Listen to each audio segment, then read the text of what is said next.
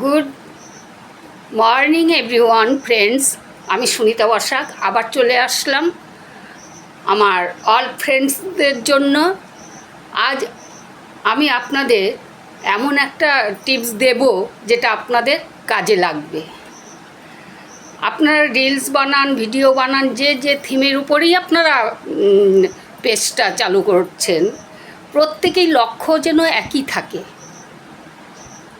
লক্ষ্য একটাই, যে বিষয়টাকে ফলো করে করছে সেই বিষয় যেন স্টিল থাকে, সেই বিষয় থেকে যেন সে সরে না যায়।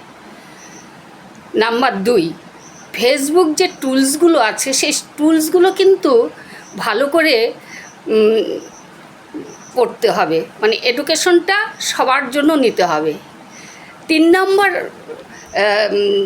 টিপস আমি দেব, আমার যতটুকু ছোট্ট এক্সপিরিয়েন্স, সেই এক্সপিরিয়েন্সের উপর নির্ভর করে আমি বলছি যে ফলোয়ার বাড়ানোর পাগলামোতে কেউ মেতে উঠবেন না।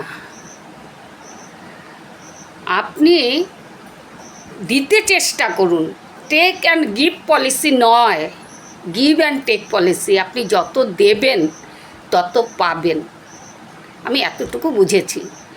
নিজের পেজে যদি সারাদিনে আপনি 30 থেকে 1 ঘন্টা থাকেন, 30 মিনিট থেকে 1 ঘন্টা থাকেন, অন্যান্যদের পেজে আপনি দিনে 3 ঘন্টা টাইম নেবেন। অন্যান্যদের রেকগনিশন করুন, বেশি বেশি করে করুন, আপনার কাছে রিটার্ন চলে আসবে।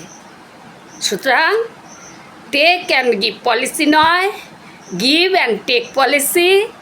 সবাইকে দিতে থাকুন, সবার কাছ থেকে শিখুন। শেখার কোনো শেষ নেই। আমি প্রতিদিন প্রতি মুহূর্ত আমি শুধু শিখছি আর শিখছি। এই যে কয়েকদিনই আমি ফেসবুক এডুকেশন নিতে নিতে দেখলাম অনেক কিছু শেখা যায়, এবং উপস্থাপনা যেন প্রত্যেকেরই খুব ভালো হয়, নর্মাল থাকে, ন্যাচারাল থাকে। আর্টিফিশিয়াল কোনো কিছুর উপরে ধ্যান আপনারা কেউ দেবেন না। আর্টিফিশিয়াল যত কিছু আছে সব কিছুকে অ্যাভয়েড করে আপনি ন্যাচারাল থিমের দিকে এগিয়ে যান। আপনার ন্যাচারাল উপস্থাপনা, আপনার ন্যাচারাল সমস্ত কিছু ফেসবুক কমিউনিটি সেটাই চায়, যে ন্যাচারালাইজেশন। আর্টিফিশিয়াল কোনো কিছুই ধোপে টেকে না।